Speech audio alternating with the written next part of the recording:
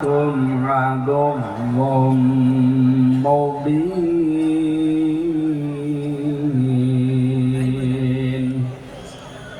صدقت يا ربنا. عن أبي سعيد الخدري رضي الله تعالى عنه قال قال النبي صلى الله عليه وسلم أنا خاتم النبيين لا نبي بعدي إلى آخر الحديث رواه ابن ماجه. وقال تعالى في شان رسوله وما زادهم إلا إيمانا وتسليما. اللهم صل على سيدنا مولانا محمد وعلى آل سيدنا مولانا محمد. بلغ العلا بكماله كشف الدجى بجماله حسنت جميع خصاله. صلوا عليه وآله. আলহামদুলিল্লাহ।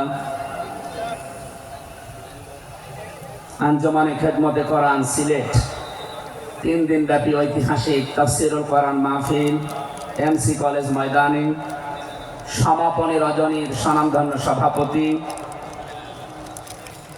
এ মাহফিলে তাফসীর পেশ করবেন আন্তর্জাতিক খ্যাতি সম্পন্ন মুফাসসিরে কোরআন হাজার হাজার আলেমের উস্তাদ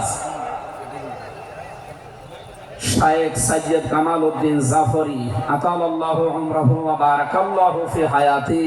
সকলে বলেন আমিন। এখানে তাফসীর পেশ করবেন মুফাসসিরে কোরআন আল্লামা ইসহাক আল মাদানী। তাফসীর পেশ করবেন বিশ্বনন্দিত মুফাসসিরে কোরআন বাংলাদেশের কৃতি সন্তান শ্রদ্ধাভাজন বড় ভাই ডক্টর মিজানুর রহমান আজহারি দামাত বারকাতুহুমুল আলিয়া। এ মঞ্চে বসা আছেন যারা সকল আম্বিয়াদের রূহানী সন্তান, সম্মানিত উলামা ইকরাম, সামনে বসা মুসলমান ভাইরা, পর্দার আড়ালের সম্মানিতা মা এবং বোনেরা, প্রশাসনের ভাইরা, গোয়েন্দা বিভাগের দায়িত্বে যারা আছেন, বিশেষ করে এই মাহফিলের বরেণ্য সদস্য যারা, স্বেচ্ছাসেবকবৃন্দ, দল মত জাতি বর্ণ ধর্ম নির্বিশেষে কোরআনে কারিমের এই অনুষ্ঠান শুধু মুসলমানদের জন্য না, হাদা বায়ানুল লিন্নাস হুদাল লিন্নাস, মানুষ পদবাচ্চে যারা বিবেচিত সবার জন্য আজকের এই অনুষ্ঠান। যদিও মুসলমানেরা এটা সাজিয়েছে, সিলেট সহ আশপাশের 8-10টা জেলা থেকে আমরা জানি এখানে মানুষ এসেছে কোরআন শোনার জন্য। সুতরাং বাংলাদেশের ঐতিহ্যবাহী এলাকা হযরত শাহজালাল রহমাতুল্লাহ আলাইহির পুণ্যভূমি সিলেট, কোরআন যারা আমরা শুনতে এসেছি মানুষ হিসাবে, আল্লাহ রাব্বুল আলামিন কোরআনে কারিমের তেলাওয়াতকৃত আয়াত থেকে দুনিয়া এবং আখিরাতে উপকার হয় এমন কিছু নিয়ে যাওয়ার তৌফিক আমাদেরকে যেন দান করেন, আমিন। যারা এখানে এসেছি মানুষ, কোরআনে কারিমের মূল প্রতিপাদ্য বিষয় হচ্ছে মানুষ। আমরা সে মানুষ নিয়েই কথা বলবো ইনশাআল্লাহ। যদিও 15.5 বছরে আমাদেরকে জীবিত মানুষদের কোরআন শোনানো থেকে বিরত রেখেছিল ফ্যাসিস্টরা। আমি শ্রদ্ধার সাথে স্মরণ করছি ঐতিহাসিক এই ময়দানে বিশ্বনন্দিত মুফাসসিরে কোরআন শহীদ আল্লামা দিলওয়ার হুসাইন সাইদি রহমাতুল্লাহ আলাইহি। আমি তার সাথে জেলখানায় দীর্ঘদিন 3টা বছর পাশাপাশি ছিলাম। তার অনেক স্নেহ, ভালোবাসা, আদর, মহব্বত আমি পেয়েছি। বিশেষ করে পাশাপাশি জেলে থাকার কারণে অনেক কিছু তার থেকে আমি নিতে পেরেছি। আল্লাহ যেন ওগুলো আমার প্র্যাকটিক্যাল লাইফে সেট করার তৌফিক দান করে, আমিন। যেহেতু তাকে হত্যা করা হয়েছে এই জন্য নির্দ্বিধায় বলতে পারি তিনি শহীদ। যদিও অনেকে দেশে স্বীকৃতি দিতে চান না যে উনি না শহীদ হয়নি, যে আপনাকে কি আবার শহীদ হয়ে আবার মৃত্যুবরণ করে দেখানো লাগবে যে আমি শহীদ হলাম? শহীদ এই শব্দটা কত দামি আপনি জানেন? কোরআনে কারিমে রব্বুল আলামিন বলেন, ওয়ালা তাকুলু লিমান ইয়াকতালু ফি সাবিলিল্লাহি আমওয়াত বাল আহইয়াউ ওয়ালাকিন লা তাশউরুন। সূরা বাকারা 2 নম্বর পারা 2 নম্বর পৃষ্ঠার 12 নম্বর লাইনে আছে এটা। আল্লাহ বলেন, মুখ দিয়ে বলবা না যারা আমি আল্লাহর জন্য শহীদ হয়েছে তারা মরে গেছে, মৃত্যুবরণ করেছে, তারা মৃত, এ কথা বলবা না। বরং তারা জীবিত, কিন্তু তোমরা টের পাও না। মুখের পরে মানুষের তো অন্তরে একটা ধারণা নিয়ে আসতে পারে, এই জন্য মহান আল্লাহ অন্তরে ধারণা করতেও নিষেধ করেছেন। ولا تحسبن الذين قتلوا في سبيل الله أمواتا بل أحياء عند ربهم يرزقون। সূরা আলে ইমরান 4 নম্বর পারার 11 নম্বর পৃষ্ঠা 9 নম্বর 169 নম্বর আয়াতে আছে। আল্লাহ বলেন, ধারণাও করবা না যারা আমি আল্লাহর জন্য শহীদ হয়েছে, জীবন দিয়েছে, এই মানুষগুলো মারা গেছে, ধারণাও করবা না। মুখে তো বলাই যাবে না, অন্তরে ধারণাও করা যাবে না। বাল আহইয়াউন, বরং তারা জীবিত, ইনদা রাব্বিহিম ইয়ারযাকুন, এবং তারা তাদের রবের কাছে রিজিক পাচ্ছে। বলেন সুবহানাল্লাহ। সুতরাং এই দেশে যারা শহীদ হয়েছে অনেকে এখনো তাদেরকে স্বীকৃতি দিতে চান না।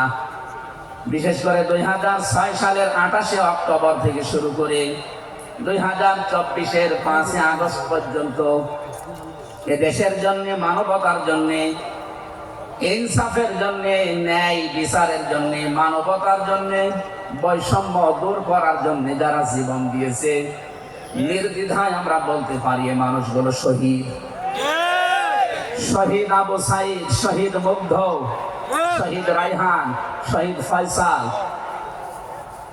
2732 জন মানুষ আগস্টের 5 তারিখের আগ পর্যন্ত সবগুলো শহীদ।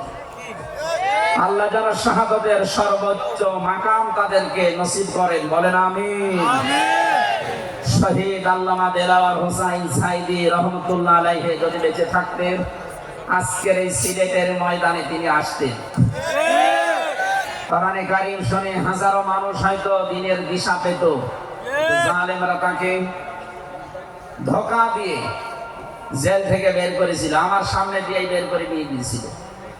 ওরা ধোঁকা দিয়ে ওনাকে আগের দিন দেখলাম কি সুন্দর কথা বলছিল, আমাকে উপদেশ দিচ্ছিল।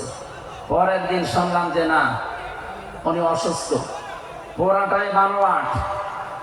যে বলছে আপনি অসুস্থ, চলেন আপনাকে হাসপাতালে নিয়ে যায়, ওখান থেকে চিকিৎসার মাধ্যমে আপনাকে ছেড়ে দেওয়া হবে। উনি তো আনন্দে বের হচ্ছিলেন, কিন্তু জালেমদের দুর্বিসন্ধি যে এত গভীরে ছিল কেউ বুঝতে পারে না, উনি নিজেও টের পান নাই। এই জন্য 3 জন ভ্যান থেকে নামার সময় আমরা দেখেছি একটা তৃপ্তির হাসি দিচ্ছিলেন। বলা হচ্ছে ওনার হাড়ে অসুস্থ ছিল, হাড়ের রোগ ছিল। এই কারণে মানুষের হাড়ে অসুস্থ হলে ওইভাবে মানুষ হাসতে পারে? বলেন। কারারক্ষী যারা সামনে ছিল তাদেরকে লম্বা করে সালাম দিয়েছিলেন, জিজ্ঞাসা করেছিলেন আপনারা কেমন আছেন। একজন হাড়ের রোগী অসুস্থ মানুষ এই কথাগুলো বলতে পারে না, তার মানে এখন পুরাটা পরিষ্কার, তাকে হত্যা করা হয়েছে। নবীজির কথা, দেওয়াল চাপা পড়ে মরলে যদি শহীদ হয়, সাপে কেটে মরলে যদি শহীদ হয়, নদীতে ডুবে মরলে যদি শহীদ হয়, গাছের নিচে পড়ে যদি মরে শহীদ হয়, অ্যাক্সিডেন্টে মরলে যদি শহীদ হয়, যাকে অন্যায় ভাবে মেরে ফেলা হয়েছে অবশ্যই তিনি শহীদ। আল্লাহ রাব্বুল আলামিন তার গোলামের 50টা বছরের কোরআনের খেদমত যেন কবুল করেন, আমিন। জান্নাতের সুউচ্চ মাকাম নসিব করেন, বলেন আমিন। আজকে তার সন্তানও আসবে, কলিজার টুকরা সন্তান আলহাজ শামীম বিন সাইদি অলরেডি চলে এসেছে, গতকাল শেষ হয়ে গেছে। আমাকে সিলেট পর্যন্ত আনার পেছনে আপনাদের যে সমস্ত মানুষগুলো ভূমিকা পালন করেছে, আমার শ্রদ্ধাভাজন উস্তাদ, ইসলামিক চিন্তাবিদ, শিক্ষাবিদ আলহাজ মাওলানা আব্দুস সালাম আল মাদানী, আতালাল্লাহু উমরাহু ওয়া বারাকাল্লাহু ফি হায়াতি, সকলে বলেন আমিন। আমরা যে কথা বলতে চাই, কোরআন আমরা শুনতে এসেছি, আমরা মানুষ। ওয়ালাকাদ কাররামনা বানি আদম, আমি বনি আদমকে সম্মানিত করেছি। অথচ এই সম্মানিত সৃষ্টি অসম্মান করার জন্য এই 15.5 বছরে অনেকেই ছিনিমিনি খেলছিল। আল্লাহ তাদের সমস্ত কাজকে নস্যাৎ করে দিয়েছে। কোরআনের ভেতরে আমরা জেনেছি, কোন জালেম যদি চেয়ারে বসে তাহলে সর্বপ্রথম 2টা কাজ করে। সূরা নমলের 34 নম্বর আয়াতে আল্লাহ দলিল দিয়েছে, ইন্নাল মুলুকা ইযা দাখালু ক্বরিয়াতান আফসাদুহা ওয়া জাআলু আ'ইজ্জাতা আহলিহা আদিল্লা ওয়া কাযালিকা ইয়াফআলুন। আল্লাহ পাক বলেন, জালেম যদি ক্ষমতায় বসে তার প্রথম কাজ হয় সে বিশৃঙ্খলা তৈরি করে জমিনে। আমরা দেখতে পেয়েছি 15.5 বছরে প্রায় 52টার উপরে বিশৃঙ্খলা তৈরি হয়েছিল। 2 নম্বরে ওয়াজালু আইজ্জাতা আহলিহা আদিল্লা, ওই দেশের যারা সম্মানিত নাগরিক, সম্মানিত মানুষ যারা, তাদের দেশে অপমান করে, অপদস্থ করে। এই দেশের সবচেয়ে সম্মানিত মানুষ যারা আমরা দেখতে পেয়েছি তারা আলেম, অথচ এই বাতিলের টার্গেটই ছিল আলেমরা। এটা সম্মানিত মানুষদের যারা সম্মান করে, অপদস্থ করে, তাদেরকে হেয় প্রতিপন্ন করে, এটা জালেমদের 2 নম্বর কাজ। তার মানে কোরআনের আয়াত অনুযায়ী প্রতীয়মান হয় যারা ছিল এরা জালেম। জবান খুলে বলেন এরা কি? স্পষ্ট ভাষায় বলছি, যারা জালেম এরা আল্লাহর মামলার আসামি। কথাটা খুব হালকা মনে হচ্ছে। সূরা শূরা 25 নম্বর পারা 6 নম্বর পৃষ্ঠা 13 নম্বর লাইনের 42 নম্বর আয়াতে আছে, ইন্নামাস সাবিলু আলাল্লাযীনা ইয়াযলিমুনান নাস। আল্লাহ পাক বলেন, অবশ্যই আমি নিজে মামলা দায়ের করব তাদের বিরুদ্ধে যারা মানুষ হয়ে মানুষের উপরে জুলুম করে। আল্লাহ ইয়াজলিমুনাল মুসলিমুনা দেননি, ইয়াজলিমুনান নাস দিয়েছেন। ইয়াজলিমুন শব্দটা মোজারে, আরবি গ্রামার অনুযায়ী এটা বর্তমান, ভবিষ্যৎ, প্রেজেন্ট, ফিউচার, 2টা কাল নিয়ে শব্দ গঠন করা। তার মানে এখন যারা এই পৃথিবীতে মানুষ হয়ে মানুষের উপরে জুলুম করছে, ভবিষ্যতেও যারা করবে, তাদের কিছু পরিণতির কথা আমরা কোরআনে জেনেছি। রব্বুল আলামিন জানিয়েছেন সূরা নমলের 52 নম্বর আয়াতে, ফাতিলকা বুয়ুতুহুম খাবিয়াতাম বিমা যালামু।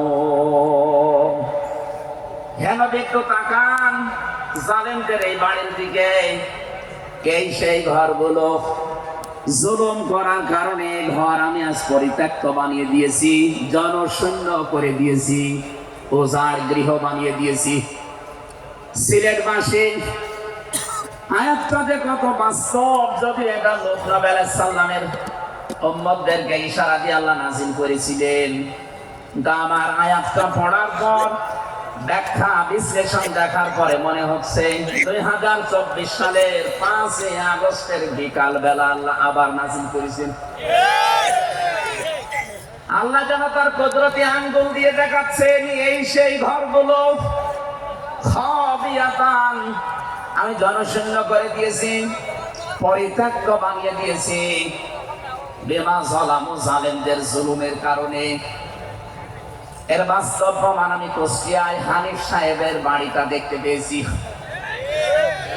বিকাল ৫টা বাজতে বাজতে মানুষ বাড়ি না ইট পর্যন্ত রাখে নাই, পায়খানার প্যান পর্যন্ত খুলে নিয়ে চলে গেছে। এতটুকু আল্লাহ শেষ করেননি, এর পরের শব্দ আমাদের জন্য। আল্লাহ তাআলা জানিয়েছেন বিমা যালামু, জালেমদের জুলুমের কারণে ওই জায়গা পর্যন্ত আল্লাহ অভিশপ্ত বানিয়ে দেয়। বাংলাদেশের ৬৩০টা থানা কম বেশি প্রায় জায়গায় আমার যাওয়া হয়ে গেছে। আমি দেখতে পেয়েছি জালেমদের কোন চিহ্ন অন্তত এদেশে আর নেই।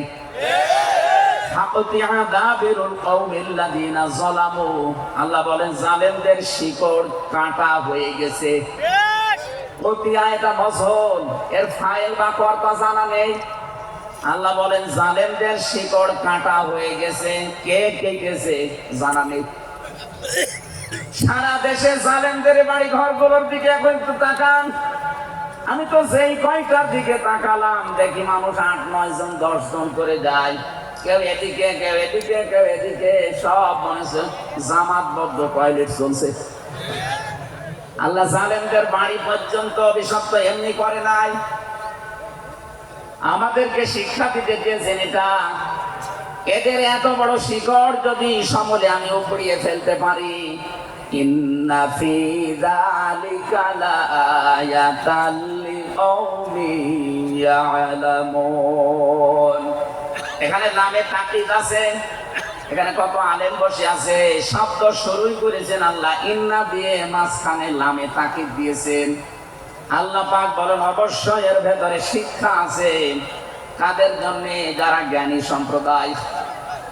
সুতরাং এটা যেহেতু রেকর্ড হয়, সারা বাংলাদেশে কালকে ছড়াবে।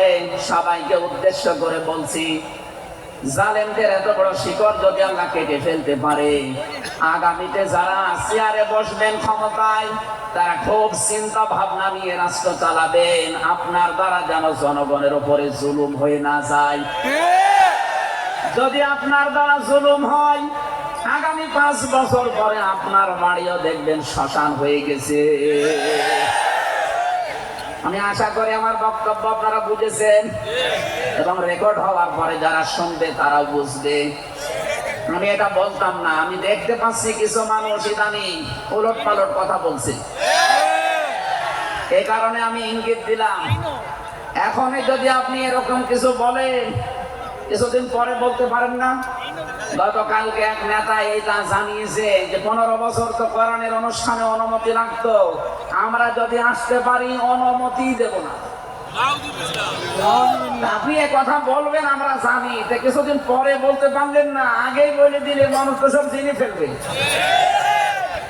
এই জন্য আমার মনে হয় আপনি ভুল করে ফেলেছেন। আপনি আস্তাগফিরুল্লাহ বা তওবা করে নেবেন, খুব এরকম কিছু দিয়ে অন্তত ফিরে আসবেন যে না, এটা এখন আমি বলবো না, কিছুদিন পরে বলবো। মানুষকে আল্লাহ সম্মান দিয়েছেন, সেই মানুষের উপরে যারা জুলুম করে তারা আল্লাহর কেসের আসামি। পুলিশের কাছে বাধা দেন, পুলিশ বাদী মামলা হবে।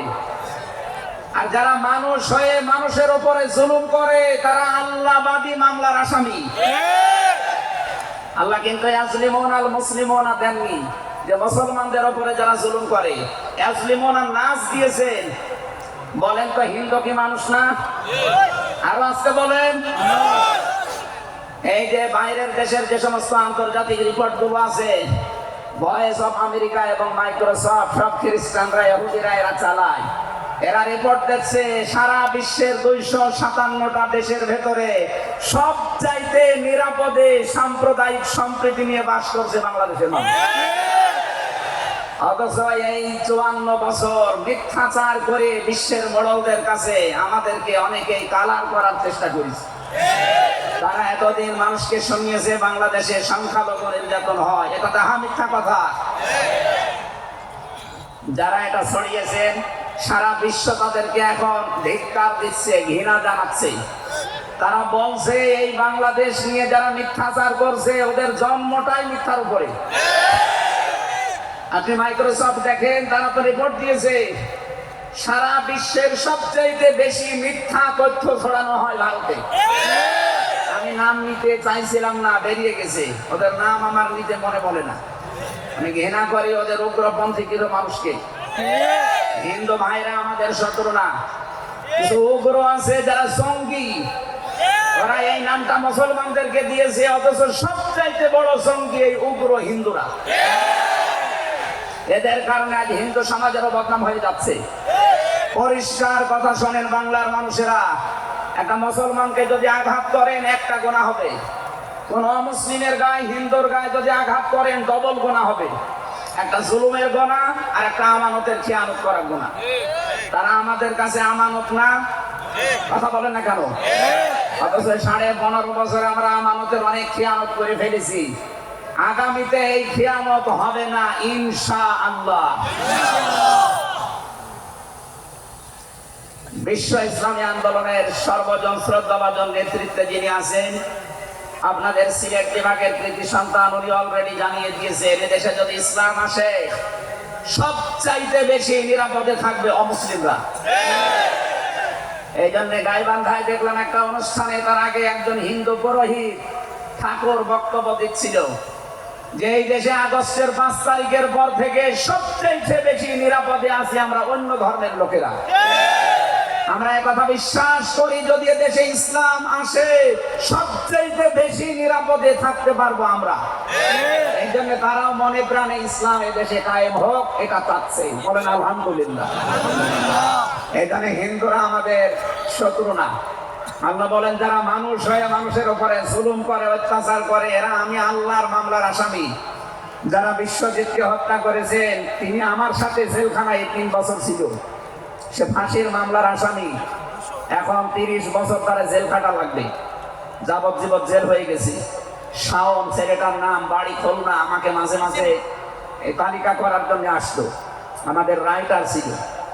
এসে আমার কাছে কান্নাকাটি করে বলতো, হামজা ভাই জীবনে যা ভুল করেছি। এই বিশ্বজিৎ ছেলেটা বারবার আমাকে বলছিল যে কিসের জামাত ইসলাম, কিসের শিবির, ভাই আমি তো মুসলমানই না। আমরা যদি বিশ্বাস না হয় দেন কাপড় চোপড় খুলি, তারপরও আমরা তারে মানি নাই। কপের পরে কপ দিয়ে জায়গায় শেষ করে দিয়েছি। এখন এই যে আমার মা বাবা আমার আর পরিচয় দেয় না, এমনকি আমার যাদের কথা মতো কাজ করেছিলাম তারাও আর কোনো খোঁজ খবর নেয় না। 30টা বছর এখন আমার জীবন থেকে নষ্ট হয়ে যাচ্ছে। উনি আমাকে জানিয়েছিলেন, এই জন্য আমি বললাম। উনি বলেছে আপনি বাইরে যদি যেতে পারেন জনগণকে সতর্ক করবেন, কেউ যেন কারো উস্কানিতে পা দিয়ে অন্তত জীবনটা নষ্ট করে ফেলে না ফেলে। এই জন্য এই মেসেজটা পৌঁছালাম। অনেকে উস্কানি কিন্তু দিচ্ছে। আগস্টের 5 তারিখের পর থেকে উস্কানি আরম্ভ হয়েছে বাংলাদেশকে বিশৃঙ্খল করার জন্য বিভিন্ন কায়দায়। একটাও হালে পানি নেয়নি। এখন আবার অন্য একটা নতুন ফর্মুলা আরম্ভ করেছে, এইটাও হালে পানি নেবে না ইনশাআল্লাহ। সুতরাং যারা পালিয়ে গেছে তাদের উস্কানিতে পা দিয়ে যদি এই দেশে কেউ বিশৃঙ্খল পরিবেশ তৈরি করতে চান, একটু গোপালগঞ্জের দিকে আপনি মাঝে মাঝে তাকাবেন। এখানে কিভাবে লাল করে দিয়েছে প্রশাসন দেখেননি? ওই সময় সন্তান গোপালগঞ্জ থেকে ঢাকায় আসলে, বসে আসলে 300 টাকা, দাঁড়িয়ে আসলে 1000 টাকা। কি অবস্থা করেছিল, এটা দেখেও আপনার শিখতে হয় না। এই জন্য আমি সতর্ক করছি, আগামী থেকে আমরা যেন কারো উস্কানিতে পা দিয়ে বিশৃঙ্খল পরিবেশ তৈরি করে দেশটা অন্তত 9 রাজ্যের সর্বরাজ্য আমরা তৈরি করে না ফেলি। আল্লাহ যেন আমাদেরকে তৌফিক দেন কথা মেনে নেওয়ার, বলেন আমিন। তাহলে যারা মানুষ হয়ে মানুষের উপরে জুলুম করেছে তারা মামলার আসামি কার? আরো জোরে বলেন কার? বৈষম্য বিরোধী ছাত্র আন্দোলনে যারা 9টা দফা দিয়েছিল, আমি কোরআনে কারিমের সাথে প্রায় 6টা দফা পেয়েছি। সূরা নাহলের 90 নম্বর আয়াতে 6টা আছে, আর বাকি জায়গা থেকে তারা আরো 3টা নিয়েছিল। তারা প্রথম যেটা নিয়েছে ওই ওয়ান জাস্টিস, আমরা ন্যায় বিচার কায়েম করতে চাই, এটা আল্লাহ 1500 বছর আগে জানিয়েছেন। সুবহানাল্লাহ বলতে পারেন না? আমরাও তো চাই এদেশে ন্যায় বিচার কায়েম হোক, কথা বলেন ঠিক কিনা? আর কোরআনে কারিম ছাড়া ন্যায় বিচার কায়েম করা সম্ভব না। আমান আমিলা বিহি ওজিরা আমান হাকামা বিহি আদালা। যদি কেউ আমল করে কোরআনের, তাকে আল্লাহ পুরস্কার দেবে। কেউ যদি এই কোরআনের ন্যায় কোরআনে কারিম কায়েম করতে পারে, তাহলে সে ন্যায় বিচার কায়েম করতে পারবে। সুতরাং এদেশে যারা শহীদ হয়ে গেলেন জীবন দিয়ে, তাদের যে উদ্দেশ্য, এই উদ্দেশ্য যেন সামনে সফল হয়, আমরা সবাই সেই চেষ্টায় থাকবো ইনশাআল্লাহ। সতর্ক করছি এ কারণে, 1628 জন মানুষ দায়িত্বে ছিলেন বাংলাদেশে, ডাইরেক্ট ইনডাইরেক্ট মিলে। এরা আমরা যতদূর দেখতে পেয়েছি, আমার জেল জীবনের 3টা বছর ফাঁসির কন্ডেম সেলের ভেতরে আমি দেখেছি বাস্তবতা। এই 1628 জন কম বেশি এরা জুলুমের সাথে জড়িত। কেউ সরাসরি জালেম, কেউ জালেমের দোষর। কথা বলেন, জালেমরা টার্গেট কার? আরো জোরে। এজন্য আপনারা আল্লাহর মামলার আসামি। বাদী যত বড় হয়, মামলা তত কঠিন হয়। আমাদের মামলা, আলেমদের মামলার বাদী সব ছিল সরকার, এই জন্য আলেমদের কোনো জামিন নেই। আমার মামলা 30 বারের উপরে উঠেছে, সিএমএম কোর্ট, জজ কোর্ট, হাইকোর্ট মিলে। জামিন হবে না, কারণ আমার নামের আগে আলেম আছে। আমার নামের আগে যদি লয়দের কি বাবা থাকতো, আমি 3 বছর না 3 দিনও আমার জেলে থাকা লাগতো না। আমাকে ধরার পরে তারা অফার দিয়েছিল, যা যা বলতে বলি এইগুলো শুধু বলবেন, কালকে আপনাকে আমরা ছেড়ে দেবো না। এত মিথ্যা কথা বলা আমার দ্বারা সম্ভব না। তাহলে জান, এই যে দিয়ে দিল, ন্যায় বিচার কায়েম হচ্ছে দেশে, এই কথা তারা মানুষকে শোনাতো। পুরাটাই চলেছে 15.5 বছরে, পুরা অবিচার আর অন্যায়। এই জন্য যারা আল্লাহর মামলার আসামি, আপনি ভাবতে পারেন বিষয়টা কত কত বড় বিষয়। আল্লাহ নিজে মামলার বাদী, নিজে বিচারপতি, নিজে রায় দেবে। এখানে জালেমদের এক হলো শেষ, অকুলো শেষ। মানুষ হিসাবে আমরা মানুষকে সামনে সম্মান দিয়ে চলবো ইনশাআল্লাহ। দরুদ আর সালাম পড়ছি আমাদের নবী, মানবতার মহান শিক্ষক মুহাম্মদুর রাসূলুল্লাহ সাল্লাল্লাহু আলাইহি ওয়াসাল্লামের প্রতি।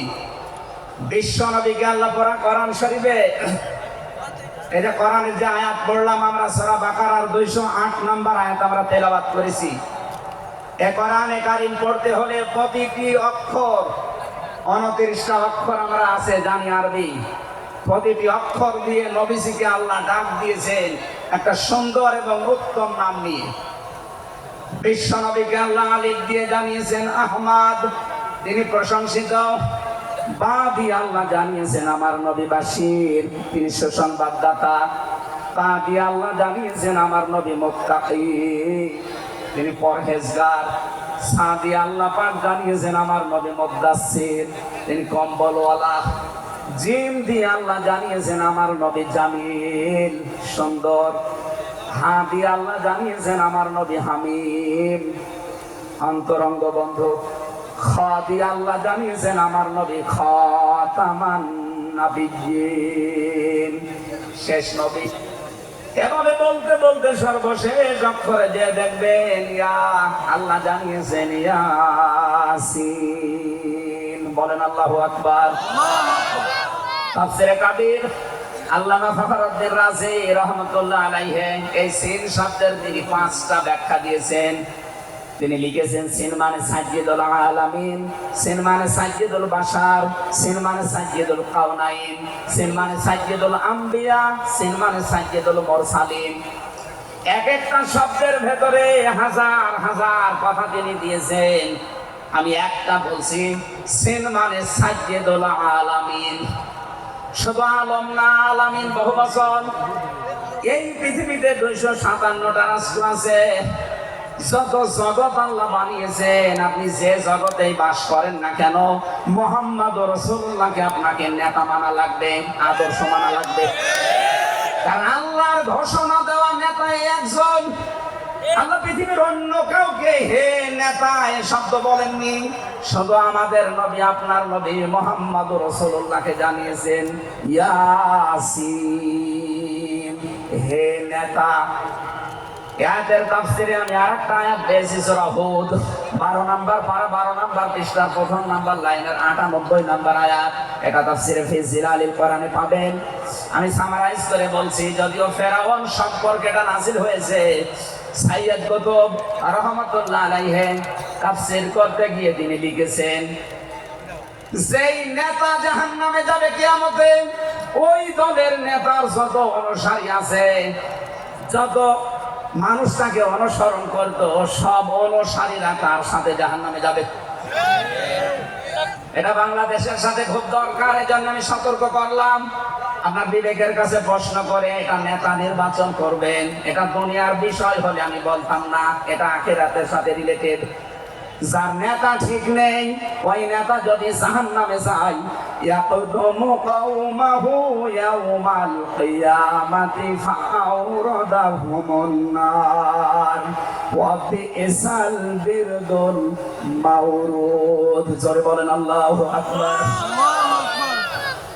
সিলেটবাসী, সারা বাংলাদেশ এখন আমার সামনে, এটা দেখতে পাচ্ছেন না, সারা বাংলাদেশে ছড়াইয়া যাচ্ছে। যাদের নেতা ঠিক নেই, আদর্শ ঠিক নেই, এক্ষুনি আপনি তওবা করে ঠিক করবেন। সত্যি বলছি, যাদের নেতা ঠিক নেই, ওই নেতা যদি জাহান্নামে যায়, আল্লাহর কসম আপনাকে ওর সাথে জাহান্নামে যাওয়া লাগবে। নেতৃত্ব দেওয়ার জন্য গুণ বললাম কয়টা? বলেন বলেন। আপনি সূরা বাকারার 247 নম্বর আয়াতটা দেখবেন। ক্বালা ইন্নাল্লাহা আসতাফাহু আলাইকুম ওয়া যাদাহু বাসতান ফিল ইলমি ওয়াল জিসম, ইলা আখির আয়াত। আল্লাহ নিজে জানিয়েছেন, এই পৃথিবীতে কেউ যদি নেতৃত্ব দিতে চায়, তার প্রথম নাম্বারে জ্ঞান লাগবে। জোরে বলেন, কি লাগবে? আপনি যাকে মেনে চলেন, যার নাম নেতৃত্ব মানেন, বলেন তো সে জ্ঞানী আপনার দৃষ্টিতে মনে হয়? যে লোকটা এই কথা বলতে পারে ঈদুল ফিতরের জানাজার নামাজ আগামীকাল অনুষ্ঠিত হবে, ওর জ্ঞান কেমন আপনি টের পাচ্ছেন না? এই কথা বলে না কেন? এই জন্য নেতৃত্ব সামনে কেউ দিতে চাইলে তাকে জ্ঞানী হওয়া লাগবে, আসমানের জ্ঞানী হওয়া লাগবে। যাবতীয় জ্ঞান, জাগতিক জ্ঞান তো লাগবেই, মাস্ট বি, এইটার জ্ঞান লাগবে। কোনটার? বলেন। 2 নম্বরে আমি পেয়েছি, নেতা হওয়ার জন্য রাখবেন, কেউ যদি সীমা লঙ্ঘন করে, কথাবার্তার কাজে কামে, সে নেতৃত্ব দেওয়ার যোগ্যতা হারিয়ে ফেলে। এটা সূরা শুআরা 152 নম্বর আয়াতে পাবেন। বাংলাদেশে আমরা এই কয়েকদিন ধরে দেখতে পাচ্ছি, ডক্টর মিজানুর রহমান আজহারী উনি একটা ইঙ্গিত দিয়েছেন, আর কেউ কেউ তার কথাটা ধরে মাথা কল্লা পর্যন্ত 10 লাখ টাকা ঘোষণা দিয়ে দিয়েছে। আপনার এত টাকা যে একজন মানুষের মাথার দাম আপনি 10 লাখ ঘোষণা দিয়ে দিলেন, তাও আপনি একজন পীর। এটাকে পীর না শয়তান? দুদককে বলবো, যারা 10 লাখ টাকা মানুষের মাথা ঘোষণা দিতে পারে, তার টাকা আছে কত আপনারা খোঁজ নেন। কথা বলেন না কেন? এই পীর গুলোকে আমরা মানুষকে 50,000